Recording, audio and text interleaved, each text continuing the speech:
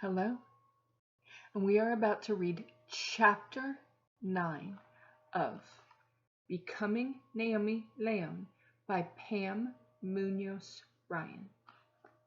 So, let's take a deep breath in, and let's exhale. And let's begin. Chapter 9, A Shiver of Sharks. I guess that's the best we can do to dress up this dump, said Scylla. Standing in the living room kitchen on Thanksgiving morning, she surveyed Owen's construction paper turkeys and cornucopias taped to the window. I'm leaving for Clive's now, but we'll be back at 2 o'clock for dinner. Now remember what I told you about thanking him, Naomi. I half smiled and nodded to her as she headed out to the door. I etched a few more feathers on the bird I had carved. Graham had gnarled manzanita branch she had decorated for the different holidays, and she thought if I trimmed it with some of my carvings, it would show them off and make a fitting and conversational Thanksgiving centerpiece. I chose the best of my herd of animals, nestling some of the figures among the twisted curlicues and hanging others from thread on mangled twigs. Naomi, what has gotten into you? Said Graham. I'm worried you're going to faint from that irregular breathing of yours. You're not fretting on that figure, are you? I wasn't worried about the new carving, but the prospect of meeting Clive had me trying to fill my lungs with confidence. Between breaths, I held up the soap and admired it. It was the first time I'd ever carved a bird with wings in the flying position, and even I could see it was the prettiest and most delicate thing I'd ever done. I set it up on the uppermost twig of the manzanita like an angel on a Christmas tree. That looks dandy, said Graham. The new carvings remind me of the bluebird of happiness, the way its wings are all out. Now, let's get on my yellow cheek tablecloth. I hope it doesn't clash with Mrs. Maloney. Then I'll baste that turkey. I headed for the cupboard to get the tablecloth. Maybe if I looked hard enough, I could find all 8 cloth napkins that matched. I wanted us all to sit down and have dinner like those families in Graham's lady magazines. The ones in the photos, passing the food with smiles on their faces and oozing politeness. I didn't want to disappoint Scylla, though lately it was hard making things right for her, let alone the mysterious Clive. I took another deep breath. What if I couldn't say thank you? What if he didn't like me? Clive was big, like a mountain. Not fat exactly, but broad and thick. I looked for tattoos, but he was wearing a leather jacket. Pulled back into a ponytail, his black hair looked dyed, and it was wrinkled into waves of tight lines. The first thing that popped into my mind was that his hair had been French braided and slept in overnight, then let out. He shook hands with Owen and me and gave Graham a poinsettia that dangled a $3.98 grocery store tag. Then he redirected his attention to Scylla.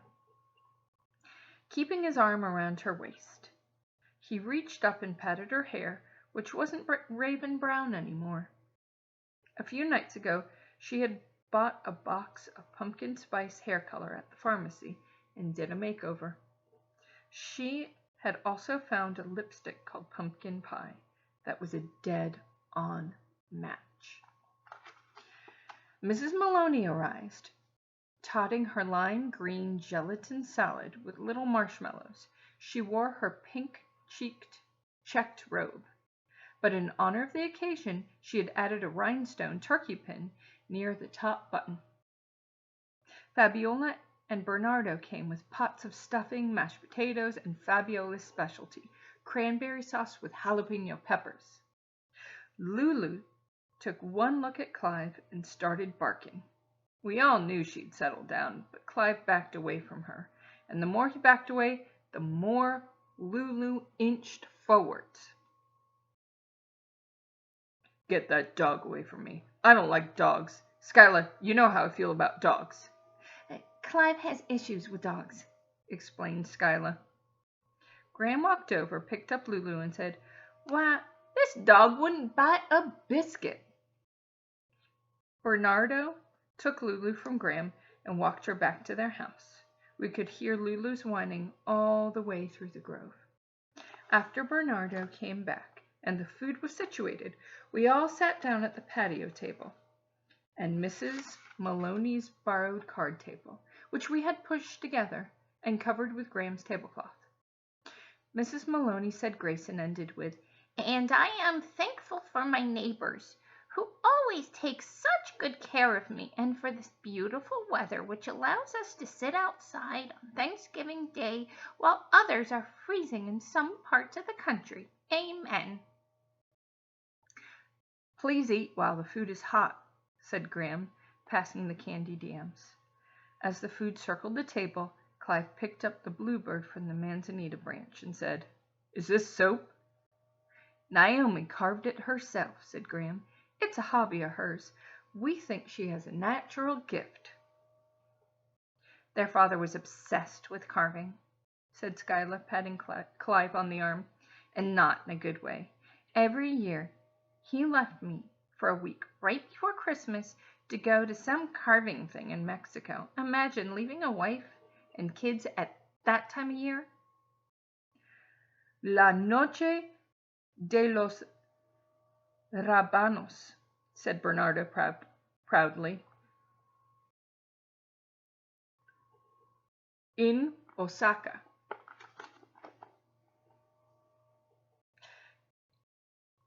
Yeah, that's radish night, said Owen. Bernardo had told us about the festival many times. I don't think I've ever heard of anything like that, said Mrs. Maloney. Bernardo continued, Those who work with wood come to the city from all over to the state to carve beautiful scenes out of radishes. They use not only the little salad radishes, said Fabiola, but also giant radishes, the size of arms and legs, a special type the government grows for the festival. For over 100 years, families have entered the competition, said Bernardo. Leon, it is a famous carving family. Naomi has the heart of a carver, like her father. Clive sort of grunted and set the bird down on the table next to his napkin. All I remember is that those painted wooden animals were everywhere, said Scylla. He wouldn't even let me buy a store-bought mobile for above Owen's crib. Instead, he took an old branch and nailed it to the ceiling and hung those things from it. I'd forgotten all about that nonsense until now. Do we have to talk about this? Mrs. Maloney, have you always lived here? As I spooned stuffing onto my plate, I remembered that colorful swirl above my head in the motel room in Mexico. It hadn't been a dream after all. I tucked it all away in my mind to think about later. Yes, I've always lived at Lemon Tree, said Mrs. Maloney. She turned to Clive. And where are your people from? He stopped chewing on a turkey leg. I don't have contact with anyone, and that's by choice, except a daughter from my second marriage. She's a couple of years younger than Naomi. Everyone nodded real polite. What is her name? Asked Fabiola. Her name was Elizabeth. I renamed her Sapphire. Could someone please pass me the mashed potatoes? Isn't Sapphire a beautiful name? Said Scylla. In all my life, I've never heard of such a thing, said Mrs. Maloney. Elizabeth is a perfectly fine name. Graham always said that when you're 88 years old, you can say whatever you like. Clive concentrated on pouring gravy over his pile of potatoes. Her mother named her Elizabeth after her own mother, who I didn't like. I thought she could be called something I could enjoy, especially since she's coming to live with me when I moved to Las Vegas after my training. Isn't that great? Said Scylla. What about Sapphire's mother? Asked Graham. She'll still get to see Sapphire on vacations and some weekends, said Clive. I proved that living with me was better for Sapphire. Besides, her mother wasn't responsible with the state of money, always spending too much on that kid. State money? Said Graham. The state supplements for dependents, said Clive, rubbing his hands together like a fly on a sandwich. If you have custody of a minor and you don't take much money, the government helps you out with a little extra every month. Free legal aid told me everything I needed to know to qualify. Naomi, Clive and I decided that you are a perfect friend for Sapphire, being a little older and all, said Scylla. You could watch out for her like a big sister. You're going to meet her real soon. Won't that be fun to take a trip to Las Vegas? Scylla was looking around the table with bright eyes and a smile, like she just had the most sincerely tremendous idea. Suddenly I couldn't swallow. Fabiola and Bernardo looked at Scylla with curiosity. Graham stared at her with narrowed eyes, nodding her head ever so slightly. The only one eating was Clive. Mrs. Maloney set her fork down. We couldn't do without Naomi here, not even for 1 minute. Anyway, said Owen, she's got school. They've got plenty of schools in Las Vegas, said Clive. So that's not a problem. He took off his leather jacket and tossed it onto the patio couch. A tattoo of a shark, teeth bared and dripping blood, bulged on his forearm muscle. An uncomfortable silence, like a thick fog, sneaked its way around the turkey platter, circled the mashed potatoes, and rose up in a cloud above the lime gelatin salad. It was a kind of quiet when you hoped somebody would say any little thing. My fork started to chatter against my plate. Graham reached over to steady my hand. Naomi, help me carry these dishes inside so we can make room for dessert. I made pecan and pumpkin pies. I picked up my plate and followed Graham. Unfortunately, Clive was right behind us, clutching his napkin. Which way to the bathroom? I need to wash up. Graham pointed down the hall. When he was out of sight, she whispered, Don't you pay any mind to that nonsense out there. Now, go get me a few more plates. Graham kept me busy with the dishes, but I couldn't stop thinking about Scylla wanting to take me to Las Vegas. I wasn't going anywhere without Owen and Graham. My idea was that Scylla would move somewhere close by us, maybe to a cute little apartment, and Owen and I could visit her, stopping in from school on our way home to baby Beluga and Graham. When I came back in with the last of the plates, Clive was sitting in the living room kitchen, leaning back on the bench seat with his hands folded behind his head. Graham rinsed the plates and stacked them on top of each other with a loud clink. This trailer isn't half bad, he said. It's not much, but it's what I can afford, and it's the children's home, said Graham, her voice tight. But you must get money from the state, said Clive. That's got to be a bundle for 2 kids, right? And what's the story on the little old lady outside? Is she your dependent too? He was kind of half smirking at Graham. I stopped scraping the plates. Graham did not take to people prying into her personals. Graham slammed a plate down so hard it broke, the pieces clattering into the sink. She turned to face Clive and straightened up as tall as she could muster. Unfortunately, she was not wearing her athletic shoes, and even sitting down, Clive seemed to tower over her. I think you're asking an awful lot of someone you just met, and I don't think it's any of your business. And Mrs. Maloney is my friend, plain and simple." Just then, Scylla walked in. "Have you all been making nice?" she said. Graham never took her eyes from Clive's face. "Clive was just inquiring into my finances, seeing how we're such good friends and all. He wants to know how much money I get each month for Naomi and Owen, and I'd like to know why he's so interested in something I've never asked for." Graham shook her head. "What you see is what you got, and for your information, Naomi is not going to Las Vegas to be a babysitter or otherwise. I won't have it." Clive stared at the floor. He seemed mad. Scylla looked at him and raised her eyebrows and pursed her mouth. She grabbed his hand. "Clive, this isn't the time or place. Come outside and sit down and have dessert." Graham stared after them. "Naomi, would you run and fetch my sweater from my bed? There's a chill outside." As I passed the bathroom, I noticed something wadded up on the edge of the sink. It was Clive's napkin. Next to it was a brown streaked lump of soap that sat in the middle of a puddle of water. He had taken my bluebird of happiness from the Thanksgiving table and used it to wash the turkey grease from his hands. After the contentment of pies had set in, Owen and Bernardo laid out the checkerboard. "Who wants to play?" asked Owen. I glanced at Bernardo and smiled. Owen could beat most adults. "I'll play," said Scylla. They played 3 games in a row, and Scylla won each time.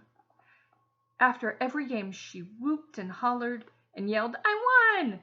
Owen just sat there, grinning a happy face. "Want to play again?" I'd never once seen Owen lose to anyone. I looked at Bernardo, who shrugged his shoulders. Graham said, "Scylla, why would any grown-up take that much delight in winning over a small child?" "He needs to learn how to compete.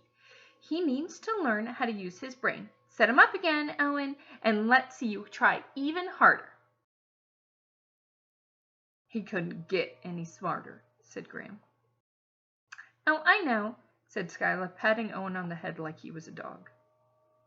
I could tell Scylla didn't believe Graham. "He gets straight A's." "He gets straight A's," I said.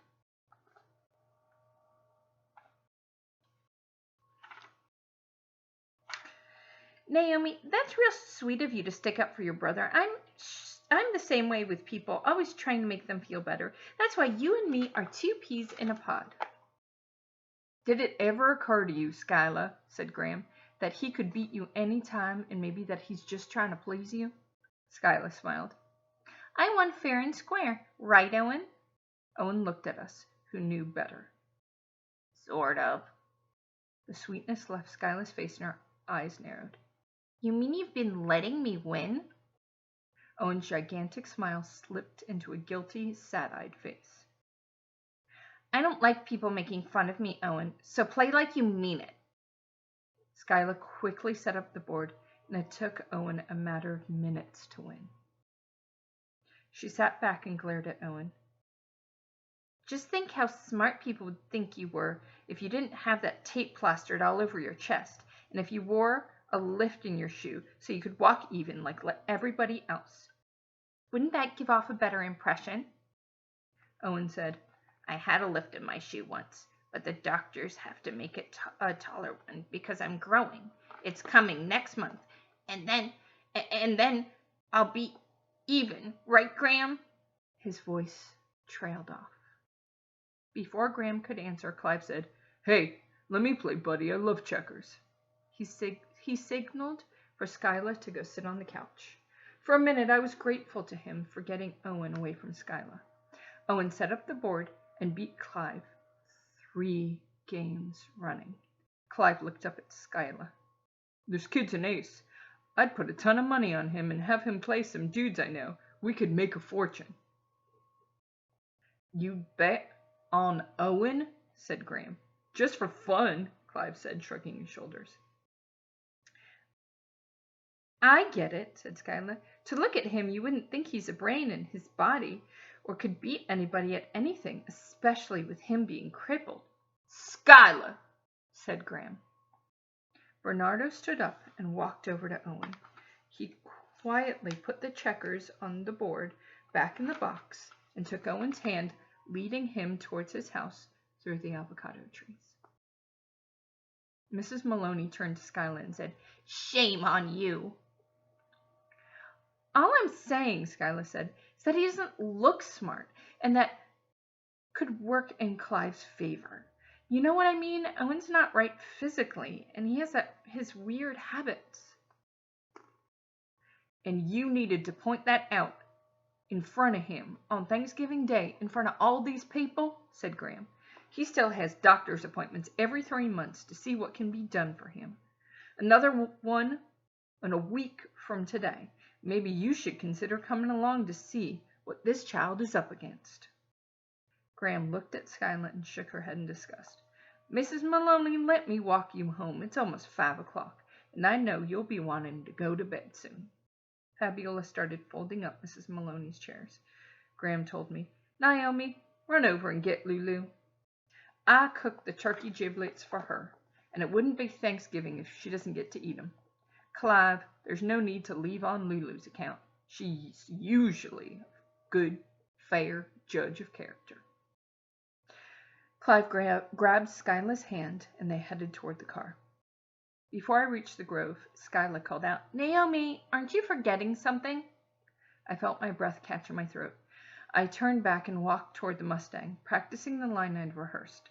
Scylla and Clive were already situated in the car, seatbelts buckled, and watching my every move. My throat tightened, like it always did when people stared at me. I leaned down and peeked in the passenger window and choked out the words, "Thank you for all the nice things that you bought us." Clive didn't answer. His chin raised up and down once. "I guess that meant you're welcome." I stood up, glancing in the back, saw a 12-pack of beer on the seat. Scylla was drinking again? If she was, what did that mean? That she'd have to go back to the halfway house or a hospital? Scylla's eyes turned hard and squinty. "That's my business, Naomi, not yours. If you know what's good for you, you'll keep your mouth shut." And that is the end of chapter 9. I'll see you next chapter.